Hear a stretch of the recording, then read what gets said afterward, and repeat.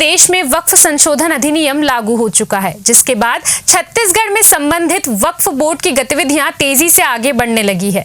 इसके साथ ही वक्फ संशोधन अधिनियम के तहत देश भर में एक व्यापक सर्वेक्षण प्रक्रिया भी प्रारंभ कर दी गई है। इस संदर्भ में उप मुख्यमंत्री अरुण साव ने मीडिया के साथ चर्चा करते हुए स्पष्ट किया कि जो वक्फ अधिनियम में संशोधन किया गया है वो प्रधानमंत्री नरेंद्र मोदी के शासनकाल के दौरान रिफॉर्म, ट्रांसफॉर्म और परफॉर्म की नीति के अनुरूप है। उन्होंने उल्लेख किया है कि ये वक्फ संशोधन नियम वास्तव में वक्फ संपत्तियों के सुधार और हस्तांतरण के लिए एक महत्वपूर्ण और ऐतिहासिक कदम साबित होगा।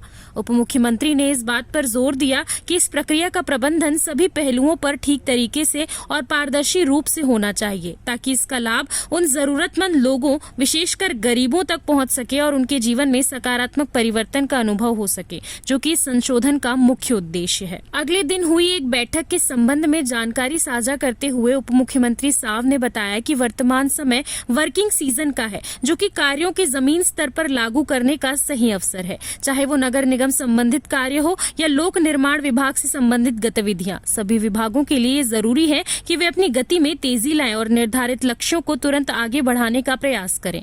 उन्होंने ये भी बताया कि कुछ ही दिनों में बरसात का मौसम आ जाएगा, जिससे कार्यों में निश्चित रूप से व्यवधान उत्पन्न हो सकता है। इसीलिए ये समय है कि सभी विभाग इसे ध्यान में रखते हुए सक्रियता से अपने कार्यों को आगे बढ़ाएं, जिस वजह से हम विभागीय बैठक का आयोजन कर रहे हैं, ताकि हमारे कार्यों में कसावट लाने और गति तेज करने के लिए एक ठोस योजना बनाई जा सके। इसके अतिरिक्त हमें ये सुनिश्चित करना है कि फील्ड में हमारी टीम लगातार काम करती रहे। इस लक्ष्य को प्राप्त करने के लिए हम नियमित रूप से विभागीय समीक्षाएं भी कर रहे हैं, ताकि हर क्षेत्र में उचित दिशा निर्देश और सुधार लागू किए जा सके। बीजापुर में हाल में ही हुई नक्सली मुठभेड़ के संदर्भ में हमने माओवादी समूहों को स्पष्ट रूप से संदेश दिया है कि सरकार का शोधन नीति विकास की मुख्य धारा के साथ जुड़ना है। हमने बार बार उनसे अपील की है कि वे हिंसा और हथियारों का उपयोग छोड़कर सामाजिक और आर्थिक विकास में हमारे साथ शामिल हो। यदि वे फिर भी हथियार उठाने का निर्णय लेते हैं तो हमें ये स्पष्ट करना होगा कि हमारी सुरक्षा बल के जवान इस अव्यवस्थित को नजरअंदाज नहीं करेंगे और जवाबी कार्रवाई के लिए तत्पर रहेंगे। इसके अलावा डिप्टी सीएम ने कांग्रेस के संगठन गठन में मामले में निरंतर आलोचना करते हुए कुछ अहम टिप्पणियां की हैं। ये संदर्भ रखते हुए उन्होंने संगठन की मजबूती और उसकी नीति पर प्रश्न उठाया है। देखिए, ये माओवादी सरकार ने तो बार बार कहा है विकास की मुख्य धारा से जुड़े, हथियार छोड़े, ये तो सरकार ने बार बार कहा है। उसके बावजूद यदि ये हथियार उठाएंगे तो हमारे सुरक्षा बल के जवान चुप नहीं बैठने वाले हैं। जो हमारा संकल्प है, देश के गृह मंत्री जी का जो संकल्प है, मार्च 2026 तक सशस्त्र नक्सलवाद को पूरी तरह से समाप्त करने का, इस संकल्प की दिशा में हमारे सुरक्षा बल के जवान मजबूती से आगे बढ़ रहे हैं और समय पर समूचे देश से और बस्तर से नक्सलवाद पूरी तरह से समाप्त होगा। बस्तर विकास और खुशहाली की ओर बढ़ेगा।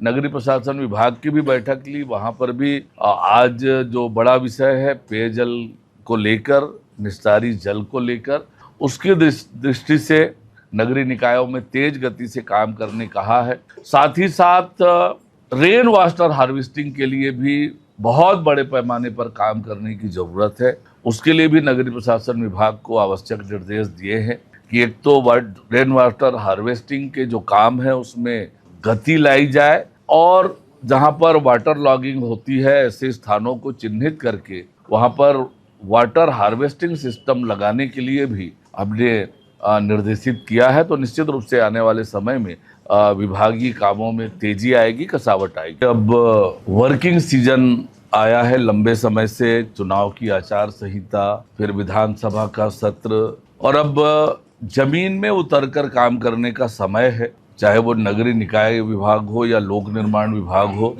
सभी विभागों के लिए अब तेज गति से कामों को आगे बढ़ाने का समय है, क्योंकि उसके बाद जून के बाद से बरसात आएगा। बरसात में भी काम उस पैमाने पे नहीं होता है और इसलिए ये जो वर्किंग सीजन है इसका उपयोग हो। इस दृष्टि से विभागीय बैठकें लेकर काम में कसावट लाने, तेजी लाने और जमीन पर उतरकर काम करने, फील्ड पे लगातार विजिट हो, कामों की मॉनिटरिंग हो, काम समयबद्ध तरीके से हो, गुणवत्ता युक्त तरीके से हो, इसके लिए विभागीय समीक्षा बैठकें लगातार हम कर रहे हैं। आने वाले समय में मैं संभाग और जिले तक जाऊंगा और कामों को जमीन पर सही तरीके से उतारने का काम हम करेंगे। 100 साल से ये कांग्रेस पार्टी क्या कर रही थी, आज संगठन गढ़ने का याद आ रहा है, तो ये 100 साल से कर क्या रहे थे। वास्तविकता ये है कि 100 साल से कांग्रेस पार्टी एक परिवार के इर्द गिर्द, एक परिवार के हितों के लिए, एक परिवार के विकास के लिए काम कर रही थी। और आज भी कांग्रेस पार्टी को जनता से, देश से, प्रदेश से कोई सरोकार नहीं है।